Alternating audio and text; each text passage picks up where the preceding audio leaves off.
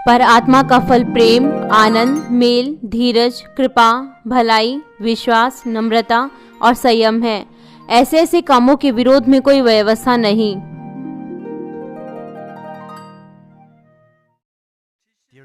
प्रिय GCN TV और Manveen TV के श्रोताओं, मत्ती 5 अध्याय उसका 15 और 16 पद कहता है, और लोग दिया जलाकर पैमाने के नीचे नहीं परंतु दीवट पर रखते हैं, तब उससे घर के सब लोगों को प्रकाश पहुंचता है। उसी प्रकार तुम्हारा उजाला मनुष्य के सामने ऐसा चमके कि वे तुम्हारे भले कामों को देखकर तुम्हारे पिता की जो स्वर्ग में है बड़ाई करे। बाइबल में ऐसे बहुत से दृश्य हैं जिनसे पिता परमेश्वर बहुत ज्यादा खुश हुए भले और धर्मी कार्यों के द्वारा। वो जो भलाई करते हैं और जो धर्मी कार्य करते हैं, पिता परमेश्वर उन्हें धर्मी कहते हैं और वो उनकी प्रशंसा करते हैं और उनकी प्रार्थनाओं के उत्तर देते हैं। भले बनना, धर्मी बनना और पवित्र बनना, आप नहीं जानते कि पिता परमेश्वर उनसे कितनी ज्यादा खुश होते हैं। मैं आशा करता हूँ कि आप परमेश्वर की इस इच्छा को जानेंगे और इसे पूरा करेंगे जल्दी से। जब परमेश्वर की संतान पवित्र आत्मा पाता है तो उनके प्राण और कार्य भले बनते हैं। इन भले कार्यों के द्वारा वो इस संसार के लिए ज्योति बनते हैं और संसार के लोग पिता परमेश्वर को महिमा देते हैं। इस तरीके से पवित्र आत्मा के फल न केवल उनके हृदय में भले कार्य और भली चीजें उनके हृदय के साथ उनके कार्यों में भी दिखती हैं। इस तरीके से विश्वासी इस संसार के लिए ज्योति बनते हैं और इस संसार में चमकते हैं और प्रभु की सुगंध देते हैं। यह भलाई का मामला है जो कि पवित्र आत्मा का छठा फल है जो मैं आज आपको बताऊंगा। अगर आप भलाई के फल को अपने हृदय में उत्पन्न करते हैं तो फिर आप प्रभु की सुगंध को देंगे जहां भी आप जाएंगे। इस तरीके से बहुत सी आत्माएं प्रभु यीशु मसीह को आपके द्वारा महसूस करेंगे और वो परमेश्वर को महिमा दे सकते हैं। मैं प्रभु यीशु मसीह के नाम से प्रार्थना करता हूँ कि आप ऐसे फलों को अपने हृदय में उत्पन्न करें, हर एक पवित्र आत्मा का फल सुंदरता से, ताकि आप परमेश्वर को महिमा दे सके जहां भी आप खाते हैं, पीते हैं और जो भी आप कार्य करते हैं। मसीह में प्रिय भाइयों और बहनों, भलाई वह एक ऐसा चरित्र है कि हम दीन बनते हैं, दूसरों का ध्यान रखते हैं और भले बनते हैं। और आत्मिक तौर से जो भी है, यह एक ऐसा हृदय है जो पवित्र आत्मा में भलाई ढूंढता है, जो कि सत्य में भलाई ढूंढना है। ऐसा हृदय जो कि भलाई को ढूंढता है और भलाई में कार्य करता है। अगर हम इस भलाई के फल को अपने हृदय में पूरी तरीके से उत्पन्न करें तो फिर हमारे पास प्रभु का हृदय होगा जो कि पवित्र और दाग रहित है। जब आप प्रार्थना करते हैं तो फिर आप उत्सुकता के साथ प्रार्थना करें ताकि आप पवित्र और दोष रहित बन सके। एक पवित्र हृदय, वो हृदय जो कि हमारे प्रभु यीशु मसीह का है। कभी कभार यहाँ तक कि ये विश्वासी जिन्होंने अभी पवित्र आत्मा को नहीं पाया है, वो भी अपने जीवन में कुछ हद तक भले कार्य करते हैं। एक ऐसा स्तर जिसके द्वारा हम जानते हैं कि कोई व्यक्ति भला है या बुरा है, वो है उनका विवेक। इस भलाई को समझने के लिए जो कि पवित्र आत्मा का फल है, सबसे पहले हमें इस विवेक को समझना चाहिए। सांसारिक लोग जांचते हैं और पहचानते हैं कि कुछ अच्छा है या बुरा है, वो उनके विवेक के अनुसार। जब लोगों के विवेक में कोई भी कष्ट या पीड़ाई नहीं होती तो सांसारिक लोग उन्हें भले और धर्मी कहते हैं।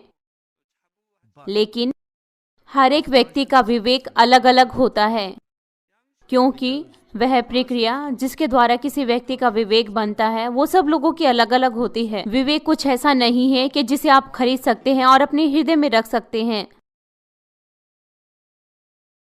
विवेक वो एक ऐसा स्तर है जिसके द्वारा हम जानते हैं कि कोई व्यक्ति भला है या फिर बुरा है, जो उनके चरित्र का एक आधार है। विवेक वो एक ऐसा स्तर है जिसके द्वारा हम भले और बुरे को जांचते हैं, जो कि किसी के चरित्र का आधार है।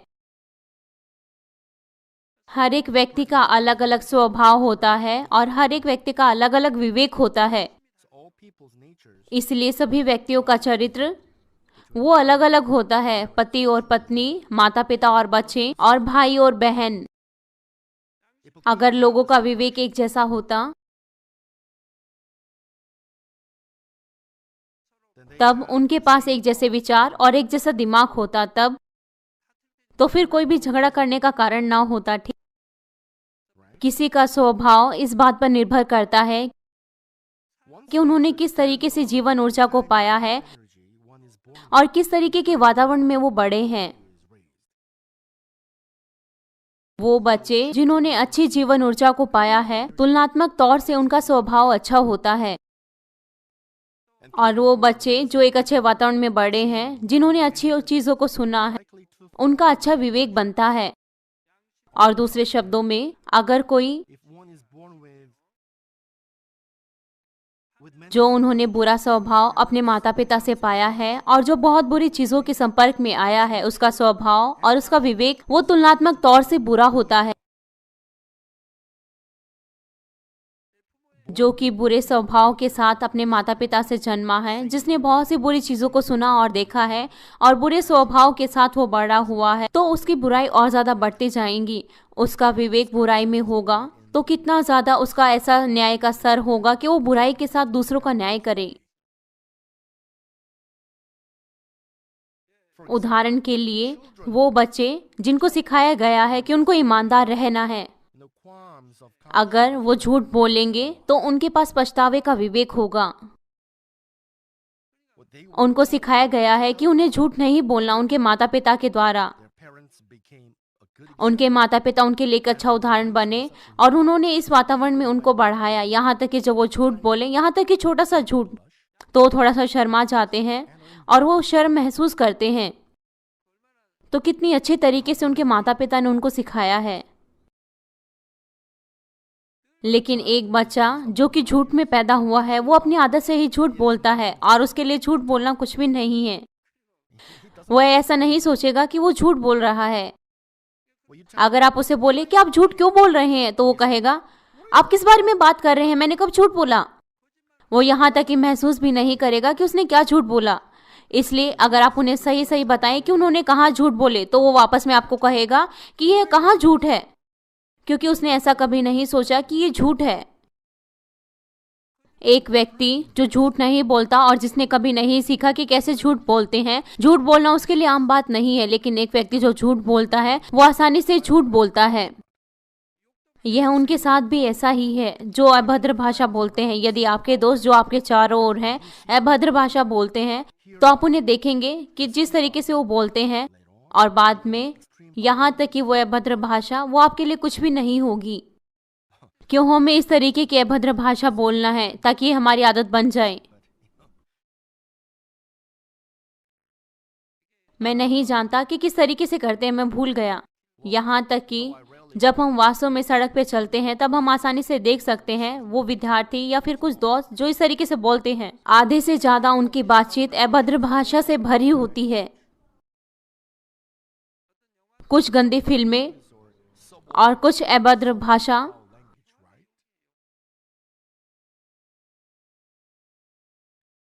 उनका विवेक बुराई के साथ गंदा हो जाता है, और यहाँ तक कि जब वो झूठ बोलते हैं, उनके पास पछतावे का भी विवेक नहीं होता।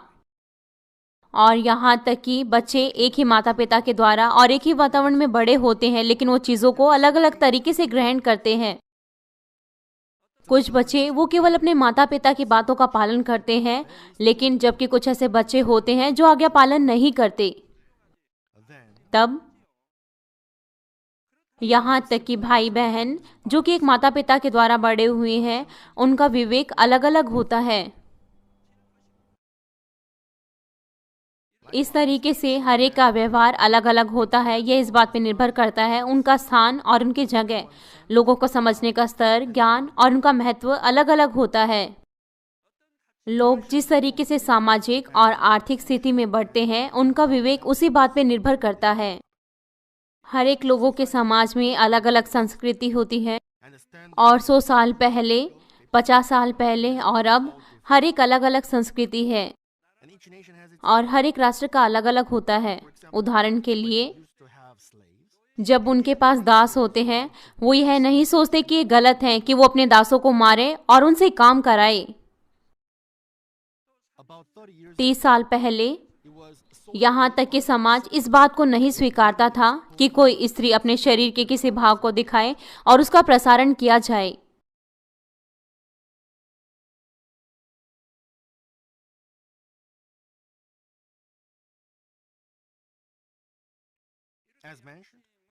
जिस तरीके से बताया गया है कि हर एक का विवेक अलग अलग होता है, उनके समय और उनके स्थान के अनुसार। जो यह सोचते हैं कि वो अपने विवेक का अनुसरण करते हैं, कि वो क्या सोचते हैं वो ठीक है, लेकिन वो वास्तव में ठीक नहीं है। अगर हम तुलना करें 30 साल पहले, 40 साल पहले, आज का संसार वो पूरी तरीके से पापों से भरा है। अगर हम आज की तुलना 100 साल या 200 साल पहले करें तो कितना ज्यादा आज का संसार पापों से भरा है।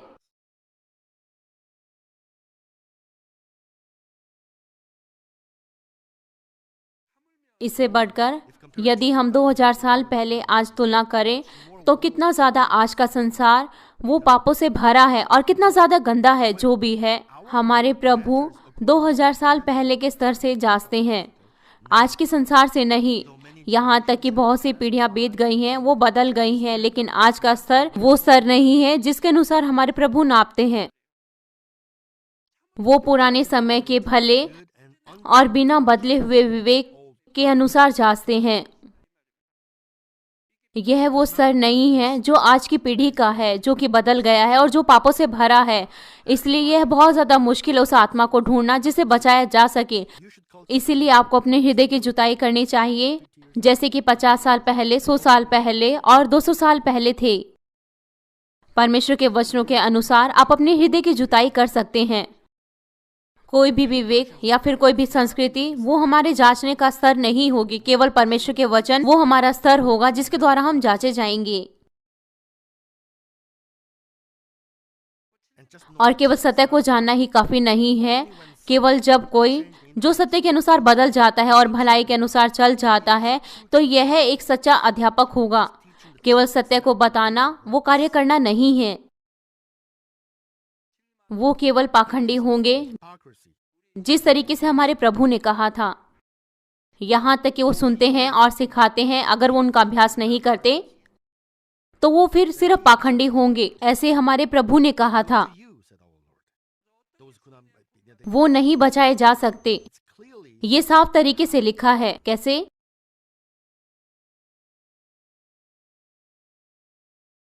यह बिल्कुल साफ तरीके से नए नियम में लिखा है कि किस तरीके से उद्धार पाए।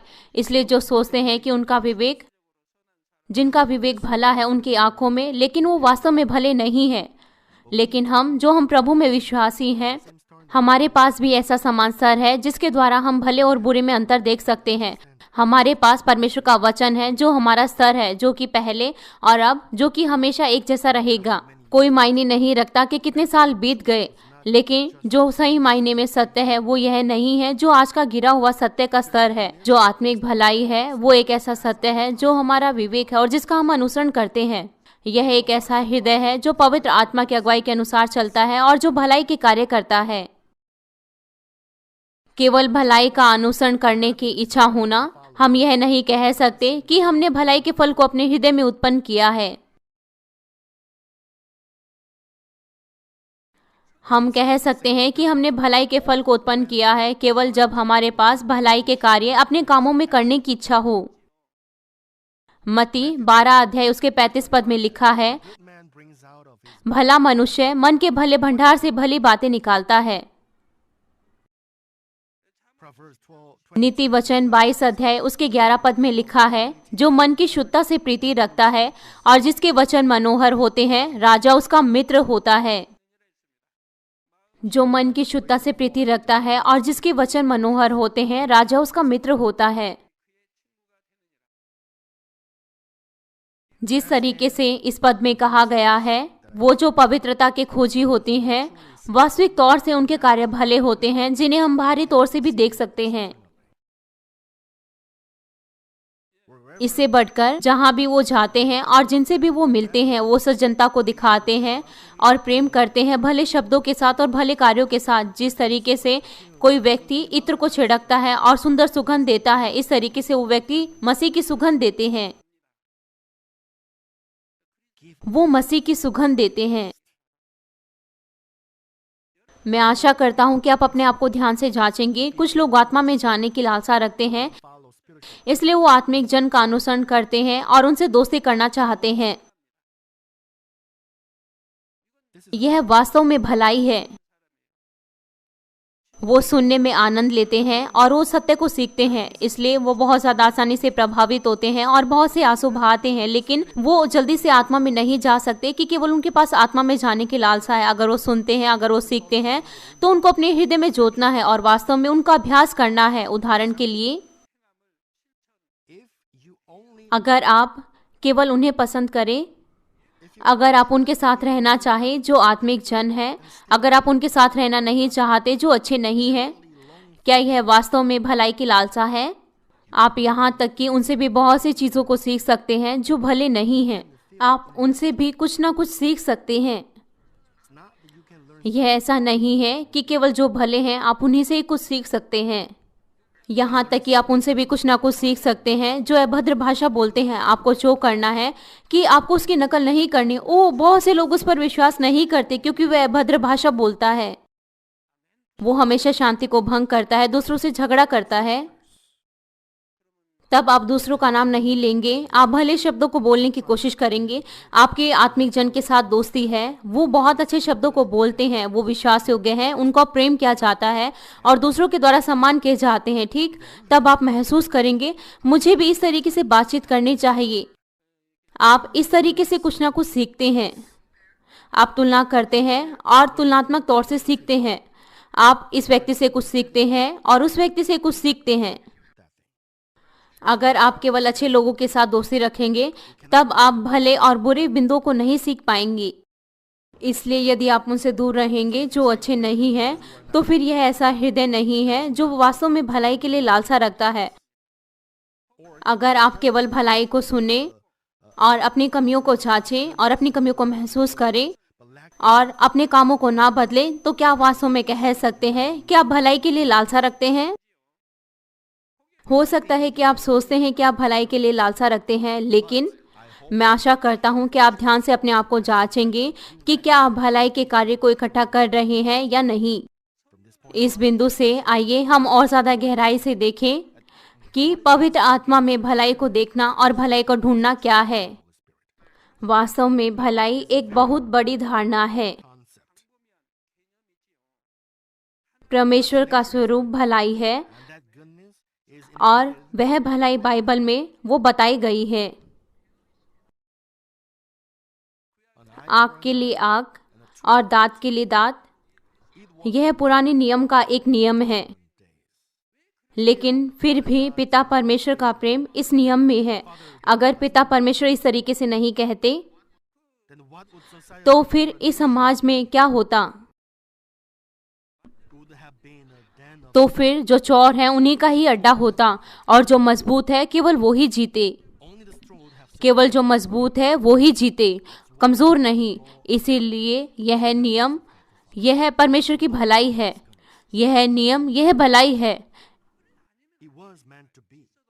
अगर कोई ऐसा नियम नहीं होता तो वहां पर फिर कोई अनुशासन नहीं होता। हम नहीं जी पाते, केवल शक्तिशाली और चोर लोग ही जी पाते। नए नियम के समय में जो भी है, यह ऐसा नहीं है। दांत के लिए दांत और आंख के लिए आंख।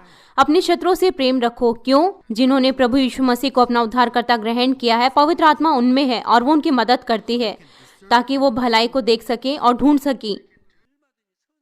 वो ऐसा कर सकते हैं। इसीलिए कलीसिया में ऐसा नियम बनाया गया है। इस तरीके से पुराना नियम और नया नियम अलग है। पुराने नियम के समय में वो पवित्र आत्मा का समय नहीं था, इसलिए परमेश्वर ने इस तरीके का नियम दिया। इसके बिना कोई भलाई नहीं होती और प्रेम नहीं होता। वहां फिर सब कुछ बिगड़ जाता। उदाहरण के लिए,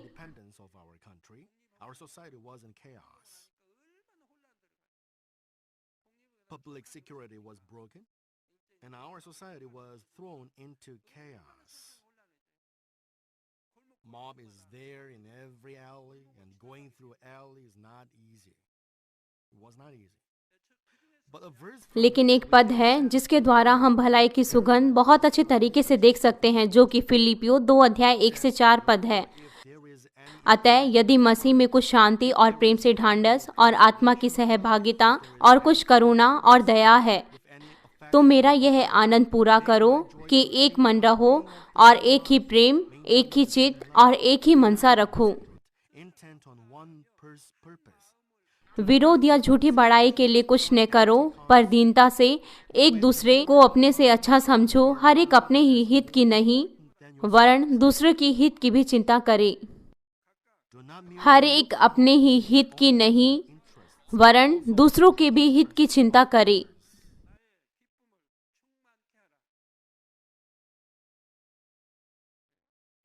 अगर सभी चीजें इस तरीके से किए जाएं तो कितनी ज्यादा सुंदर कलीसिया होगी। और कलीसिया में आपको इस तरीके से करना चाहिए, और ये इस तरीके से आपके घर में और आपके समाज में भी ऐसे ही है।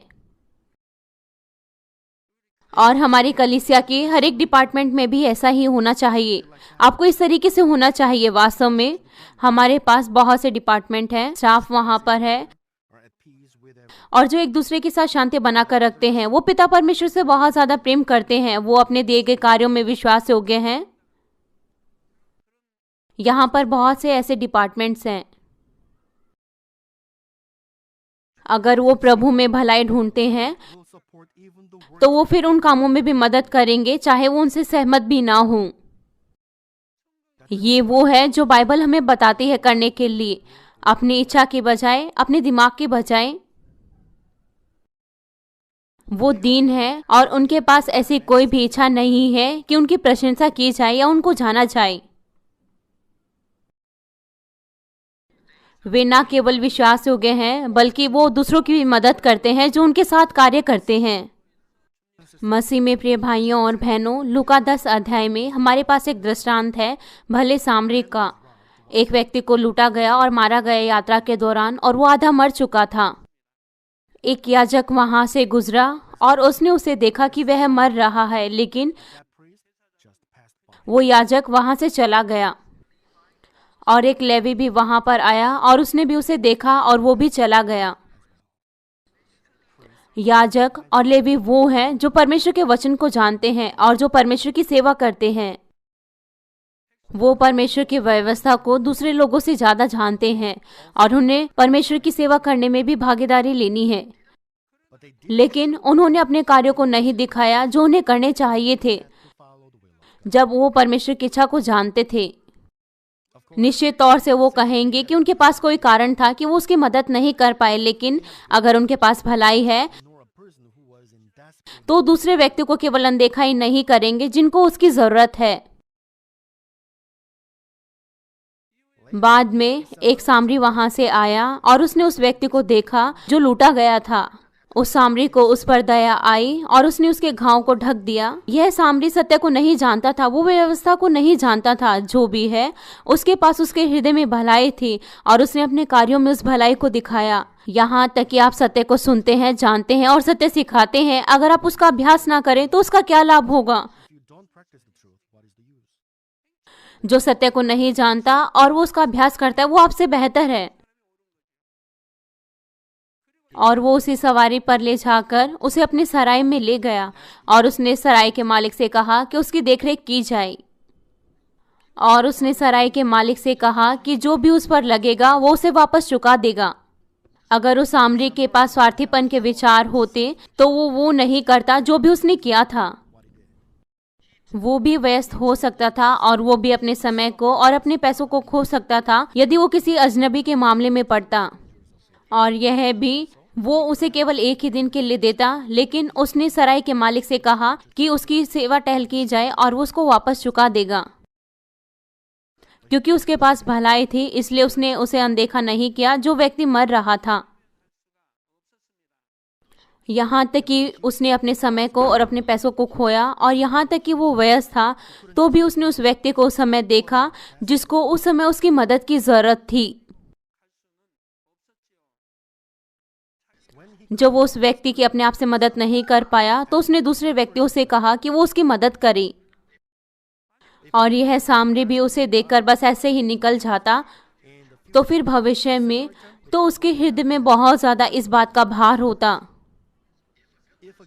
अगर एक व्यक्ति केवल ऐसे ही निकल जाता बिना उसकी मदद किए तो फिर जो उसकी यादाश्त है तो उसके हृदय में उसको बहुत ज्यादा दर्द होगा। वो उसके लिए पश्चाताप करेगा कि क्यों मैंने वो भलाई नहीं की उस समय। जो भी है, जिनके हृदय में भलाई नहीं है, वो यहाँ तक कि उन बातों को याद भी नहीं रखते और उनके पास कोई भी पछताने के लिए कोई कारण नहीं होता।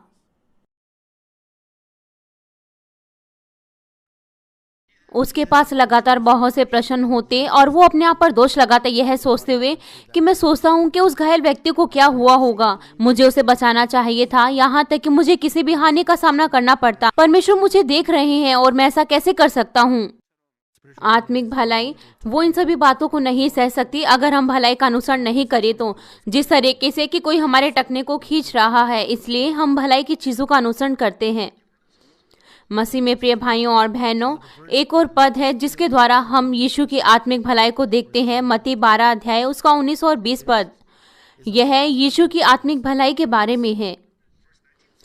19 पद कहता है, वह ना झगड़ा करेगा और ना धूम मचाएगा और न बाजारों में कोई उसका शब्द सुनेगा।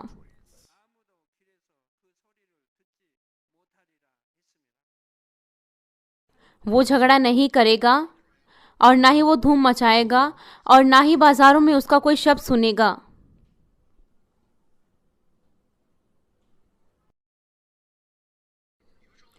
ज्यादातर जब हम दूसरे लोगों को देखते हैं जो दूसरों के द्वारा भले जाने जाते हैं, तब हम देखते हैं कि दूसरे लोगों के साथ उनकी कोई भी समस्या नहीं होती। जिस तरीके से अगर हम कहें कि उनके शब्दों को कोई नहीं सुनेगा सड़कों पर, वो बहुत शांत होते हैं और वो किसी से झगड़ा नहीं करते। वो दूसरे लोगों की गलतियों के बारे में नहीं बताते, वो अपनी ही केवल बातें ही नहीं करते और ना ही वो केवल अपने आप को ही ऊंचा उठाते हैं, बल्कि यहाँ तक कि बिना किसी कारण अगर उनको किसी बात का सामना करना पड़े तो भी वो शिकायत नहीं करते। और अगला पद कहता है, वह कुचले हुए सरकंडे को ना तोड़ेगा और धुआं देती हुई बत्ती को ना बुझाएगा। यहाँ तक कि जब हम कोई भी पेड़ या पौधा लगाते हैं, यदि उसका कोई भी पत्ती या तना वो मुड़ जाता है तो हम उसको काट देते हैं दूसरी शाखाओं के लिए, ठीक। और यह भी जब एक मोमबत्ती थोड़ा सा जल रही है और उसका उजाला तेज नहीं है, वो केवल धुआं दे रही है, तो लोग उसे बुझा देते हैं। वो जो जिनके पास आत्मिक भलाई है, वो उस कुचले हुए सरकंडे को ना तोड़ेंगे और धुआं देती हुई मोमबत्ती को ना बुझाएंगे। अगर वहां पर थोड़ा सा कोई ना कोई कारण है कि वो ठीक हो सकते हैं, तो वो उनके जीवन को नष्ट नहीं करेंगे और उनको कोशिश करेंगे कि वो उनके लिए जीवन को दे सके। यहाँ पर कुचला हुआ सरकंडा उसे कहा गया है जो इस संसार के पापों से और बुराइयों से भरे हुए हैं, और धुआं देती हुई मोमबत्ती उन्हें कहा गया है जिनके हृदय इस संसार की बुराई से भरे हुए हैं और जिनकी आत्मा की ज्योति बुझने पर है। इस तरीके से कुचला हुआ सरकंडा और धुआं देती हुई मोमबत्ती जैसे लोग वो प्रभु को ग्रहण करेंगे। यहाँ तक कि वो परमेश्वर में विश्वास करते हैं, लेकिन उनके कार्य संसार के लोगों से अलग नहीं है। यहाँ तक कि वो पवित्र आत्मा के विरोध में बोलते हैं और परमेश्वर के विरोध में खड़े होते हैं। यीशु के समय में वहां पर बहुत से ऐसे लोग थे जो यीशु पर विश्वास नहीं करते थे। यहाँ तक कि उन्होंने बहुत से सामर्थ्य के कार्यों को देखा, तो भी वो पवित्र आत्मा के कार्यों के विरोध में खड़े हुए। सब कुछ जो हमारे प्रभु यीशु मसीह ने कहा था वो भलाई था। उन्होंने बीमारों को चंगा किया, उन्होंने पैसे नहीं मांगे, उन्होंने झूठ नहीं बोला, उन्होंने धोखा नहीं दिया, उन्होंने कुछ गलत नहीं किया। जो भी है, लोगों ने उन पर विश्वास नहीं किया, लेकिन उनको मारने के लिए उस बुराई को किया। हालांकि उन्होंने प्रभु को देखा था और वो प्रभु को जानते थे। ऐसे बहुत से लोग हैं जो पवित्र आत्मा के कार्यों के विरोध में खड़े होते हैं, तो भी यीशु ने उन पर विश्वास के साथ देखा अंत तक, जब तक उनके लिए उद्धार के मार्ग नहीं खुल गए। आज यहाँ तक कि कलीसियाओं में ऐसे बहुत से लोग हैं जो इन कुचले हुए सरकंडे और धुआं देती हुई मोमबत्ती के समान हैं। वो अपने होठों से प्रभु प्रभु तो पुकारते हैं, लेकिन वो फिर भी पाप में रहते हैं। उनमें से कुछ यहाँ तक कि परमेश्वर के विरोध में खड़े होते हैं। वो अपने कमजोर विश्वास के साथ वो परीक्षाओं में पड़े रहते हैं और कलीसिया आना छोड़ देते हैं, और ऐसा करने के बाद वो बुरे व्यक्ति जाने जाते कलीसिया में। वो बहुत शर्म महसूस करते हैं और वो कलीसिया आना छोड़ देते हैं। अगर हमारे पास भलाई है तब हम अपने हाथों को उनकी ओर बढ़ाएंगे। कुछ लोग प्रेम पाना चाहते हैं और अपनी पहचान बनाना चाहते हैं, लेकिन जब ऐसा नहीं होता तो बुराई जो उनके हृदय में होती है वो बाहर आती है। वो उनसे नफरत करते हैं जिनको कलीसिया में प्रेम किया जाता है, और वो जो अपनी आत्मा में बेहतर हैं। तब वो उनके बारे में बुराई करते हैं और किसी एक काम के लिए वो इकट्ठा होकर कार्य नहीं करते, और वो दूसरों के कामों में उन गलतियों को ढूंढने की कोशिश करते हैं। यहाँ तक कि इन मामलों में जिनके पास भलाई का फल है वो इन लोगों को ग्रहण करेंगे और उनकी बुराई को बाहर आने देंगे। वो दूसरे लोगों को यह नहीं कहेंगे कि यह ठीक है या गलत है, या यह अच्छा है या बुरा है। वो दूसरों को भलाई के साथ कार्य करेंगे, सत्य हृदय के साथ, और अंत में उनके हृदय को प्रभावित करेंगे। यह आत्मिक भलाई है। और निश्चित तौर से यदि लगातार कोई व्यक्ति बुराई करता है और वो अंत में मृत्यु के मार्ग में चले जाएंगे, यहाँ तक कि हम उनको लगातार भलाई दिखाते हैं, लेकिन इन मामलों में हम अपने सहने की सीमा को नहीं रखेंगे कि हम बस इतना ही सह सकते हैं। अगर वो सीमा से बाहर जाएं तो यह आत्मिक भलाई है कि हम दूसरे लोगों को आत्मिक जीवन दें बिना उन्हें बीच में छोड़े हुए। न्याय के अंतिम दिन तक हम कोशिश करें कि हम दूसरे लोगों को जीवन दें और उन्हें आशा के साथ देखें लगातार, ताकि वो बचाए जा सके। मसीह में प्रिय भाइयों और बहनों, जिस तरीके से आपने संदेश को सुना, हो सकता है कि आपके पास कुछ प्रश्न हो सकता है कि आप किसी उलझन में हो कि किस तरीके से आत्मिक भलाई दूसरे आत्मिक फलों से अलग है। दूसरे शब्दों में, लेवी सामरी के दृष्टांत में जो उसके काम थे और जिस तरीके से उसने काम किया, वो दान के काम हो सकते हैं और दया के कार्य।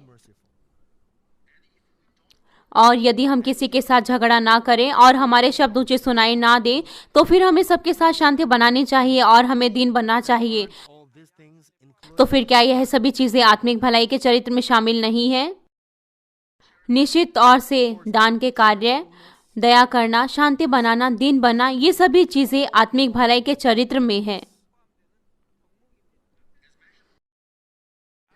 जिस तरीके से पहले बताया गया है, भलाई वो परमेश्वर का चरित्र है और यह एक बहुत बड़ी धारणा है। यदि हम आत्मिक भलाई को विशेष रूप से देखें तो वो इच्छा है जो इन भले कार्यों को करने का अभ्यास करने की इच्छा रखती है। जो हमारा मुख्य बिंदु है वो केवल तरस खाना और दया करना नहीं है, लेकिन जो हमारा मुख्य बिंदु है वो है कि वो भलाई के कामों को करना जो कि सामरी लेवी ने किया। वो केवल वहां से नहीं गुजरा, लेकिन उसने उस दया के साथ उन कार्यों को भी किया। इसके अलावा झगड़ा ना करना और ऊंचे शब्दों से नहीं बोलना, ये दीन बनने का एक भाग है, जो भी है। लेकिन जो आत्मिक भलाई का चरित्र है इन मामलों में वो है कि हम दूसरों के साथ शांति भंग नहीं करते, क्योंकि हम आत्मिक भलाई का अनुसरण करते हैं। ऊंचे शब्दों से बोलना और खुद की पहचान बनाना, हम इन कार्यों को नहीं करते क्योंकि हम आत्मिक भलाई का अनुसरण करना चाहते हैं। हम दीन बनना चाहते हैं क्योंकि हम इस भलाई का अनुसरण करते हैं।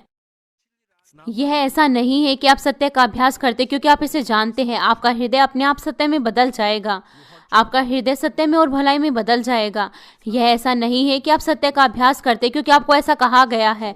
आपका हृदय सत्य में अपने आप बदल जाएगा, इसलिए जो भी आप करेंगे वो भलाई होगा अपने आप में। वो भलाई आपके हृदय से बाहर आएगी अपने आप से। मैं आपको दोबारा से बताता हूँ, झगड़ा ना करना और ऊंचे शब्दों से ना बोलना, यह दीन बनने का एक भाग है। लेकिन आत्मिक भलाई का एक चरित्र इन सभी मामलों में ये वो है कि वो दूसरों के साथ शांति भंग नहीं करते क्योंकि हम आत्मिक भलाई का अनुसरण करते हैं। कोई व्यक्ति दूसरों के साथ शांति भंग नहीं करता क्योंकि वो आत्मिक भलाई का अनुसरण करता है। यहाँ तक कि कोई ऐसी स्थिति है जहाँ पर कोई आसानी से शांति को भंग कर सकता है, लेकिन वो व्यक्ति वहाँ पर शांति भंग नहीं करेगा। इसके बजाय कि वो ऊंचे शब्दों में बोले और पहचाना जाए, वो दीन बनेगा क्योंकि वो आत्मिक भलाई का अनुसरण करता है। क्योंकि उसके पास भलाई है, इसलिए वो दूसरों को ऊंचा उठाना चाहता है, यहाँ तक कि वो अपने आप को दीन करता है। यह भलाई है, यह भला हृदय है। पिता परमेश्वर ऐसे लोगों को ढूंढ रहे हैं। पिता परमेश्वर ऐसे लोगों को पवित्र करते हैं ताकि उनका पात्र महान बने। अगर आपके पास ऐसा हृदय है तो फिर पिता परमेश्वर आपकी ओर देख रहे हैं। वास्तव में उन्होंने ऐसा किया है। बाइबल में पिता परमेश्वर ने उन्हें पवित्र किया ताकि उनका पात्र महान बने और उन्हें परमेश्वर के राज्य की सामर्थ्य दी। अगर पिता परमेश्वर अगर वो अपनी सामर्थ्य ऐसे ही बहुत से लोगों को दे दे तो वो इस पूरे संसार में सुसमाचार का प्रचार आसानी से किया जा सकता है। वास्तव में कोई भी ऐसा योग्य नहीं है कि वो परमेश्वर की सामर्थ्य को पाए। कोई भी ऐसा नहीं है, ऐसा कोई भी नहीं है जो सत्य के पहलुओं को आसानी से पूरा करे। अगर पिता परमेश्वर ऐसे लोगों को अपनी सामर्थ्य दे जो भी पवित्र नहीं हुए हैं, तो वो व्यक्ति वास्तव में घमंडी हो जाएंगे और वो मृत्यु के मार्ग में चले जाएंगे। यहाँ तक कि पहले उन्होंने अच्छा किया और कुछ वर्षों के बाद वो फिर पैसों को मांगेंगे। वो अपने विवेक को खो देंगे और घमंडी बन जाएंगे। वो इस तरीके से बदल जाएंगे। पिता परमेश्वर जब तक उनको अपनी सामर्थ्य नहीं देते, जब तक उनका हृदय का पात्र तैयार नहीं होता, यह इसलिए है क्योंकि वो दोबारा से बुराई में बदल सकते हैं।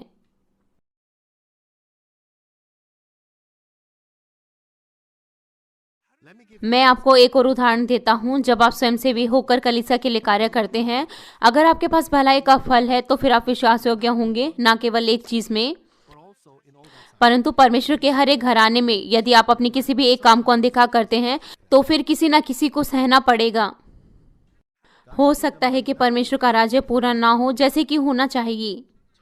इसलिए अगर आपके हृदय में भलाई है तो फिर आपके हृदय में असुविधा नहीं होगी। इन चीज़ों के बारे में आप केवल उन्हें नकार नहीं सकते, इसलिए आप विश्वास योग्य होने की कोशिश करेंगे। मैं आशा करता हूँ कि आप इस सिद्धांत को आत्मा के दूसरे चरित्रों पर लागू कर सकें।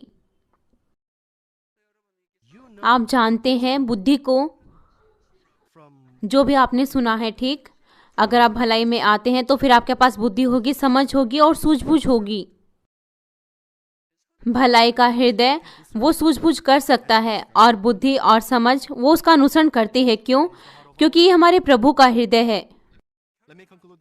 मैं इस संदेश का निष्कर्ष करता हूँ मसीह में प्रिय भाइयों और बहनों, वो जो बुरे हैं उनके हृदय में सुविधा होती है। अगर वो बुराई नहीं करते तो वो खड़े नहीं रह सकते। उन्हें अपनी बुराई को बाहर निकालना है।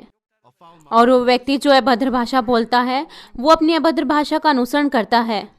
वो उसे नहीं रख सकता अपने अंदर। अगर वह सुविधा महसूस करता अपने पड़ोसी के प्रति तो उसे अभद्र भाषा को बोलता है, क्योंकि वो चुपचाप नहीं रह सकता। और इसी तरीके से जिसे गुस्सा आता है वो उसे नहीं सह सकता और दबा नहीं सकता। उसे ऐसा करना है। वो इस तरीके से रहते हैं। क्या आप ऐसे खाने की कल्पना कर सकते हैं जिसमें नमक ना हो? यह बिल्कुल ऐसा ही है। जिस तरीके से जब व्यक्ति कोई बातें करते हैं तो वो दूसरों की बातों को बीच में काट देते हैं। अगर वो ऐसा ना करे तो फिर वहां नहीं खड़ा रह सकता। वह वहां नहीं खड़ा रह सकता। अगर आपके पास बुरी आदतें हैं सत्य के विरोध में इस तरीके से, तो आपको उन्हें अपने मन में रखना चाहिए और उन्हें दूर करने की कोशिश करनी चाहिए, एक एक करके। अगर आप उन्हें एक एक करके दूर करते हैं तो फिर 1 साल बाद, 2 साल बाद उनमें से बहुत सारी चीजें चली जाएंगी और वो चली जाएंगी। तब आप एक ऐसे व्यक्ति बन सकते हैं जिन पर दूसरे विश्वास कर सके, जो भी है।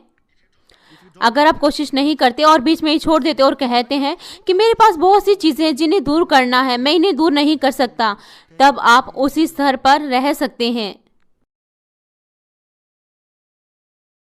यहाँ तक कि उन्होंने दूसरे की भावनाओं को ठेस पहुंचाया है और दूसरों को मुश्किल समय दिया है। वो उनके साथ शांति बना सकते हैं केवल तब जब वो इस तरीके से कार्य करे जो दूसरे चाहते हैं। ये वो तरीका है जिसे बुरे व्यक्ति करते हैं, लेकिन जो भले व्यक्ति हैं वो इसके बिल्कुल विपरीत है। अगर वो भलाई का अनुसरण नहीं करते तो फिर उनके हृदय में और ज्यादा सुविधा होती है और इसके कारण उनको और ज्यादा पीड़ा होती है और वो इस बारे में बार बार सोचते हैं। अगर हम कहें कि कोई कलीसिया का सदस्य वो आपके साथ शांति भंग करता है और वो इस कलीसिया को छोड़ देता है आपके कारण, तब जो आपकी याददाश्त है तो वो आपको बार बार ठेस पहुंचाएगी और आप बार बार उसके लिए पश्चाताप करेंगे।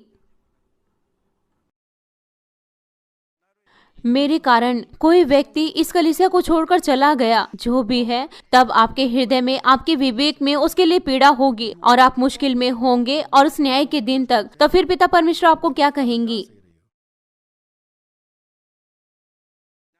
आपको यहाँ तक कि किसी एक आत्मा को भी नहीं छोड़ना चाहिए और किसी छोटे व्यक्ति को भी नहीं।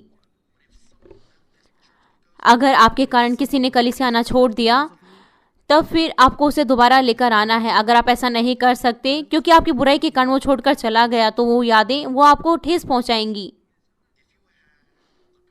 अगर आपके पास एक भला हृदय है तब आप इस तरीके से महसूस करेंगे, वरना आप दूसरे व्यक्ति पर दोष लगाएंगे उसके बुरे कामों के लिए। यहाँ तक कि उन्हें किसी हानि का भी सामना करना पड़े, वो फिर भी दूसरों को पीड़ा नहीं देना चाहते। यहाँ तक कि उन्हें असुविधा हो तो भी वो कोशिश करते हैं कि वो दूसरों को आराम दे सके। हम इस हृदय को प्रेरित पौलुस के उदाहरण के द्वारा देख सकते हैं। उनके पास ऐसा विश्वास था कि वो मीट को खा सके।